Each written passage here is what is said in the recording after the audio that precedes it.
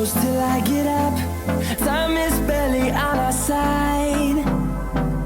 I don't wanna waste what's left. The storms we chase are leading us, and love is all we'll ever trust. Yeah, no, I don't wanna waste what's left. Hey guys, today on the podcast we got Luke Morahan. He's currently playing for the Bristol Bears in the English Premier League, and he's played for the Queensland Reds and the Western Force, and he's played for the Australian team and the Australian Sevens. Hope you guys enjoy the podcast today. This episode is also sponsored by Panzer Cricket. They've got some great cricket equipment, and I'd recommend go getting their stuff. Thanks, and thanks for listening. Welcome to the show. Thanks, Max. Good, thanks. Sorry. What did you want to be when you were growing up? I always wanted to be a sportsman. Rugby was sort of a sport that I really enjoyed, but I like playing a lot of other sports. I really enjoyed surfing as well. So being a professional surfer was something I would have enjoyed, but I was never really good enough to do that. So I thought, let's do rugby. Yeah. How would your oldest friend describe you?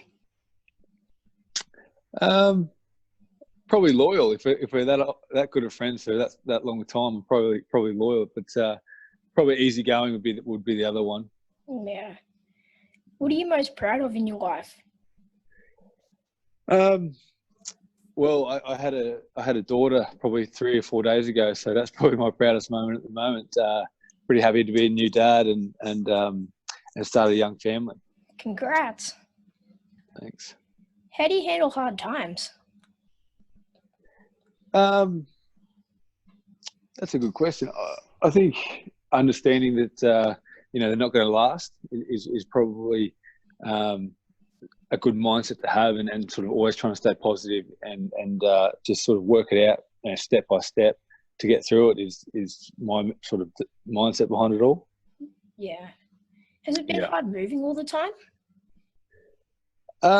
No, not really. I've always enjoyed new challenges and moving to new cities and new teams is one of those challenges, and I've always really enjoyed meeting new people and experiencing different cultures. So for me, it's been a positive experience being able to, change things up a little bit and have new challenges. Yeah. What's it been like playing over in England? I've really enjoyed it. It's been, again, one of those challenges I just spoke about. It was not too much of a culture shock from Australia, but it was different. The rugby is different, the weather's different.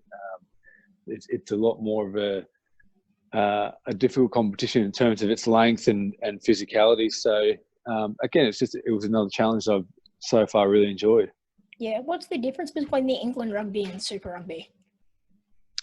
I think probably the physicality is a bit of a change. I think also the set piece is much more emphasised. I think also the length of the competition. Obviously, it's a lot longer and a lot more intense for a longer period of time. So that was something to get used to physically with my body. But I think that they would be big differences. I would say that over the last few years, the gap's been bridged a little bit in terms of the quality and in terms of the style of play. I think a lot of teams up here try and play expansive rugby now, which is similar to Super Rugby. Yeah. What was your experience like playing down in Super Rugby?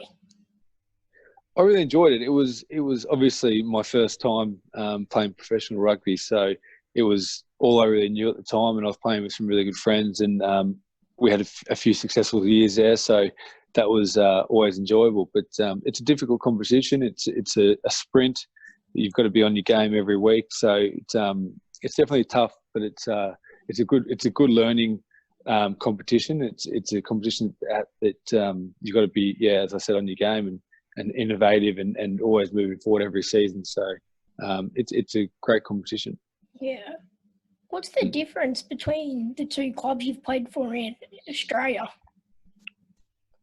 I think, for me, when I moved from school into the Reds, I was doing it with a lot of really close friends and a lot of guys I played rugby with in all my junior career and things like that. So for me, it was really enjoyable, and we were successful, and we did some really cool things there, playing with some good players, and we were all sort of developing and growing at the time. So that was one experience. And then I moved to the Force, and it was a similar sort of experience. However, it was in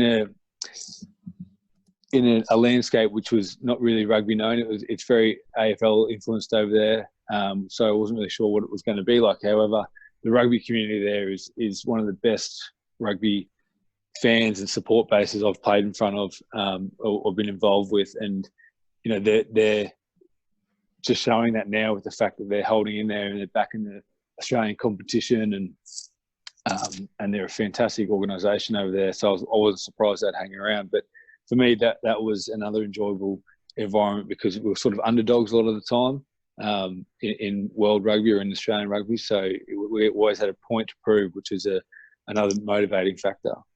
Yeah. What was it like playing for the Wallabies? Yeah, it was really obviously it was a dream come true. My first time around, I got in there quite early, just out of school, and I was sort of a bit starstruck playing with all these players that I was sort of watching on TV, and so I probably didn't take it all in as well as I should have, or take the opportunity I should have. But then, a few years down the track, I had another couple of goes, and it was just something I decided I was just going to enjoy, and it was some of the best years of rugby in my life, in terms of just enjoying it and just embracing the opportunity, and it's something I'll always cherish and remember fondly. Yeah. And then what was it like playing for the Barbarians? Oh yeah, that was an amazing experience. It's one of the rare opportunities that little people get in their career, and again, it was just something I just enjoyed every single minute of it. It's a quite a prestigious club, and it's one that, as I said, not many people get to play for. So it was just an joy to be there every single second. And luckily enough, we won both we won 2 games and drew the other. So we had a successful time, and yeah, I would put my hand up to play for them every single day. Yeah. What was your path to professional rugby? So I probably from a young age of around 13, 14, I was starting to take it a little bit seriously because I was getting selected in representative sides, and so I thought, okay, well, let's give this a crack if it's sort of starting to look like it's a potential career path for me. So around sort of 15 years of age, I really started training pretty hard for it, and was selected in a few national squads, and just the pathways started to outline themselves, and went from school rugby, playing at TSS on the Gold Coast, to a couple of representative sides, to then playing for the Reds in the academy side just out of school. From there, it all progressed pretty quickly. I went and played for the Australian Sevens side, and the same year onto Super Rugby, and then the same year onto the Wallabies. So it all happened relatively quickly for me, but it was set out from a pretty early age of around, as I said, 14 years of age. Yeah. Any chance of you coming back and playing sevens?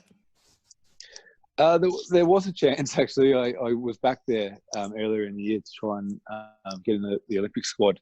However, with that being pushed back, it's who knows what's going to happen now with all of this coronavirus and the way the Olympics is going to run and being pushed back a year. So yeah, we'll have to just wait and see. But I'm still definitely keen to come back and give it a crack. And as I said, who knows what the future holds with that.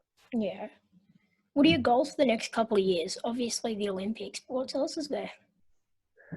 Yeah, obviously Olympics would be nice, but our focus here, we've got a good squad put together here at Bristol, and we've got a good sort of potential to win a few trophies. So as a team, we're looking to go only this year to win 2 trophies in the European Challenge Cup, which will put us into the Champions Cup for next year, and then obviously the Premiership we're sat 3rd. So there's we're placed well to go and push for trophies. So over the next few years, our squad's improving with some pretty impressive players coming into the squad, and my focus is to try and win as many trophies and as many games over here for Bristol as possible.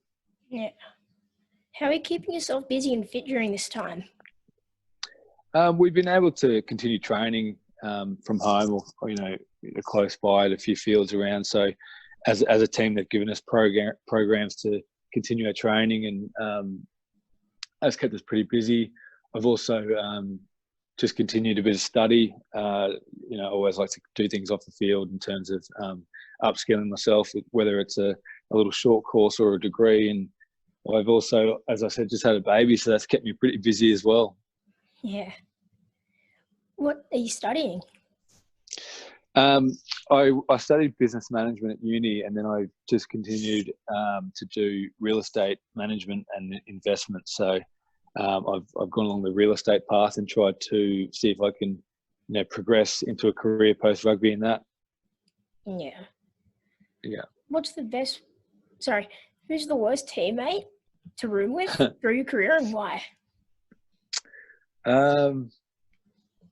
There's probably a few of them, and it's usually a prop or a forward, because they're usually pretty messy, and they always snore a lot. So I would say a couple of the big props. Albert Ane was a big snorer back in the Reds. Anyone who's a loud snorer would probably be on my list as worst roommates. Yeah. What's the best word to describe you right now?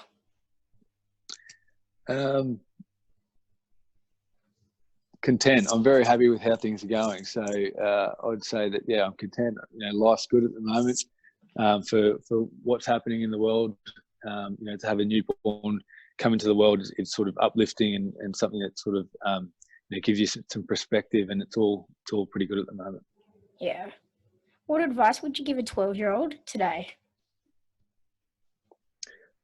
Just to enjoy what they're doing at this time. The world's a weird place at the moment, so just enjoy what's happening in terms of the good things, family, friends, all that sort of stuff. Just keep it simple and enjoy the good times. Yeah. Thanks for coming on the podcast today. No worries, Max. Thanks for having me. I hope you guys enjoyed the podcast with Luke today, and I hope to see you in the next one. Thanks, Panda Cricket, for sponsoring. They do have a timeout. Decide not to use it. Curry, way downtown.